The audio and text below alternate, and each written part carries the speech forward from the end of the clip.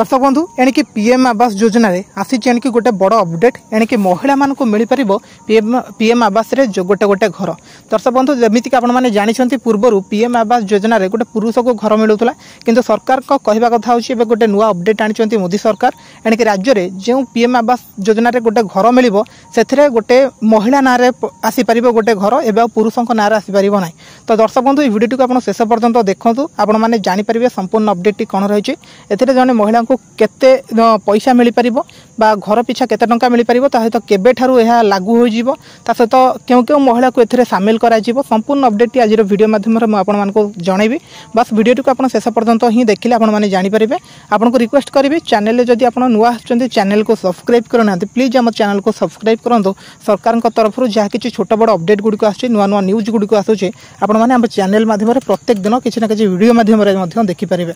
देखंतु कि पीएम आवास योजना रे महिला मान को दिया जिवो पूर्ण मालिकाना बा महिला माने हेई पारिबे किना मालिक एणिकी पीएम आवास योजना रे केवल महिला हेबे मालिकानी। केंद्र सरकार एणिकी ग्रामीण पीएम आवास योजना रे आनिबा को जाउछंती गोटे बड़ परिवर्तन केवल महिला को दिया जिवो ही योजना रे घर। तबे वर्तमान पई एई योजना को नै कोनोसी आधिकारिक भाबे किछि स्पष्ट होई नाही किंतु एहा ऊपर खूब शीघ्र काम आरंभ होई जिवो बोली सरकारकर लक्ष्य रहिछि बोली सूचना मिलिछि। एणिकी टाइम्स ऑफ इंडिया रिपोर्टर अनुसार एणिकी जने वरिष्ठ अधिकारी कहिसंती जे महिला को एणिकी मोदी सरकार प्राधान्य देबाकू चाहुचंती तेणु एही योजना रे स्वीकृति 74% घरर स्वामित्व खाली महिला को बा जुग्म भाबे महिला पाखरे रहिछि। खबर कागज सहित वार्तालाप बेला अधिकारी कहिसंती द्वितीय चरण रे एणिकी महिला योजनार स्वामित्व पूर्ण रूप से देबाकू लक्ष्य रखा जाइछे। कहीं पीएम आवास योजना मोदी सरकार 2016 रे आरंभ करथिले। एही योजना रे एणिकी ग्रामांचल पई दुईटी विकल्प रहिछि जेउथिरे महिलांकर स्वामित्व बा जुग्म रूपे स्वामित्वर व्यवस्था मध्य रहिछि।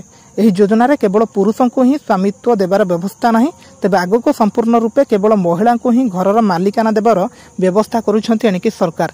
एहाको नै खूब शीघ्र केंद्र ग्रामीण विकास मंत्रालय तरफ सर्भे हेबो गाँ गाँ रे जार ना एथिरे थिबो ताको ही एथिरे चिन्हट करा जिवो मिली परिबो। एथिरे एणिकी एही व्यवस्था मध्य करिसंती सरकार। एही सर्भे द्वारा घरर अन्य सदस्यक मध्य थिबा अभियोग मध्य दूर करिवे राज्य सरकार। तो यह था संपूर्ण अपडेट टी। एबे जो पीएम आवास रे गोटे गोटे घर मिले तो एबे घरर जो मुखिया रहिले जने महिला ना रे राज्य सरकार केंद्र सरकार निष्पत्ति नहीं जने महिला ना रे एबे गोटे घरटीए मिल पारिबो पुरुषों ना रे मिल पारिबो नाही।